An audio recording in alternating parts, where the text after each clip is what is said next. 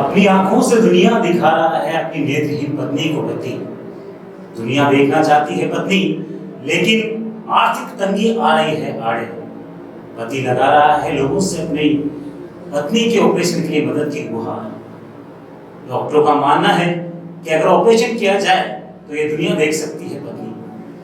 पति लगा रहा है लोगों से आर्थिक मदद की गुहार, क्योंकि कर चुका है वो अपनी जमा पूंजी खर्च।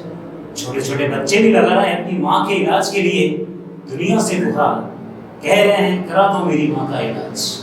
लेकिन ना तो इस ओर प्रशासन, ना प्रशासन के प्रतिनिधि और ना ही सरकारी नुमाइंदे इस ओर ध्यान दे रहे हैं। नमस्कार दोस्तों, मैं डीके मोंटी आप सभी का स्वागत करता हूँ इस खास कार्यक्रम जिसका नाम है मेरा संघर्ष मेरी कहानी। तो देखते हैं एक नेत्रहीन पत्नी के पति के संघर्ष की कहानी।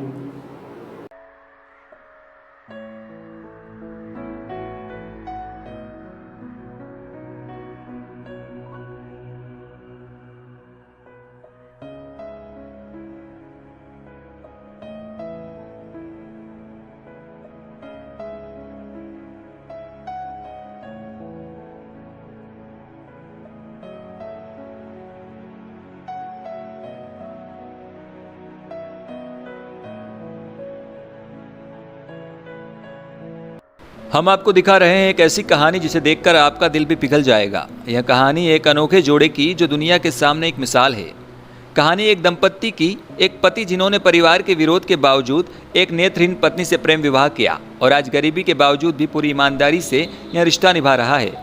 हम बात कर रहे हैं राजू भावसार, जिसने एक तेरा साथ मुझको दो जहां से प्यारा है की मिसाल पेश की है। यह जोड़ा गरीबी की मार झेल रहा है। राजू ने नेत्रहीन पत्नी से शादी कर 3 बच्चों का बोझ उठा रहा है। नेत्रहीन पत्नी जिसकी आंखें 8 साल की उम्र में हादसे में चली गई। किटी बताती है कि उसे चेचक माता निकली थी, तभी उन्होंने एक डॉक्टर से दवाई ली। उस दवाई से आंखों पर असर आ गया। वह दवाई रिएक्शन कर गई, जिससे उनकी आंखों की रोशनी चली गई। आंखों के इलाज के लिए उनके पिता ने कई डॉक्टर को दिखाया। डॉक्टरों का कहना था कि आंखों में लेंस डालकर रोशनी आ सकती है, लेकिन परिवार की हालत भी इतनी खराब थी कि वह आगे का इलाज नहीं करा सके, जिससे किटी की जिंदगी में अंधेरा आ गया। राजू अपनी पत्नी को संसार दिखाना चाहता है। उसे तमाम कोशिश कर डॉक्टरों से उसका इलाज भी कराया। डॉक्टरों का मानना है कि राजू की पत्नी किटी भावसार की रोशनी आ सकती है। वहीं कुछ डॉक्टरों ने राजू की तमाम कोशिशों पर पानी भी फेर दिया। डॉक्टरों ने कहा कि किटी की आंखों की नस खराब हो चुकी है, अब उसकी रोशनी आना संभव नहीं। लेकिन राजू अभी भी हार नहीं माना हुआ है। वह तमाम डॉक्टरों के पास पहुंचे, लेकिन उसकी गरीबी उसको भी बेबस कर रही है। राजू के पास ऑपरेशन कराने के लिए पूंजी नहीं है। जो पूंजी थी उसने इसके ही इलाज में खर्च कर दी है। अब राजू इलाज कराने में असमर्थ है। किटी और राजू की मुलाकात भी एक मज़ेदार किस्सा है। गंजबासुदा से 70 किलोमीटर दूर किटी और राजू की करीला मेले में मुलाकात हुई थी। किटी राजू की हर माल की दुकान पर जाती थी। राजू को एक नज़र में ही किटी से प्रेम हो गया और राजू ने किटी से शादी करने का मन बना लिया। लेकिन परिवार नेत्रहीन पत्नी को स्वीकार नहीं कर रहा था। राजू पढ़ा लिखा था और राजू को उस समय शादी के प्रस्ताव भी बहुत आ रहे थे। परिवार का विरोध होने के बावजूद भी राजू ने नेत्रहीन पत्नी को अपना हमसफर बनाया और अब वह अपनी आंखों से पत्नी को दुनिया दिखा रहा है। किटी भी चाहती है कि उनकी आंखों का ऑपरेशन होकर उसकी आंखों का इलाज हो जाए, जिससे वह उस हमसफर, उस दीदार को देख सके जिसने परिवार विरोध के बावजूद भी उसे अपनाया है। किटी और राजू के 4 बच्चे हैं, जिनमें 3 लड़कियां और 1 लड़का है।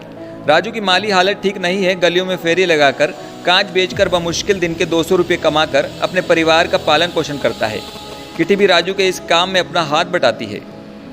वहीं राजू का कहना है कि उसने बैरागढ़ के नेत्र चिकित्सालय में पत्नी की आंखों का चेकअप कराया तो वहां के चिकित्सकों ने बताया कि आंखों में रोशनी है, वो ऑपरेशन से आ सकती है।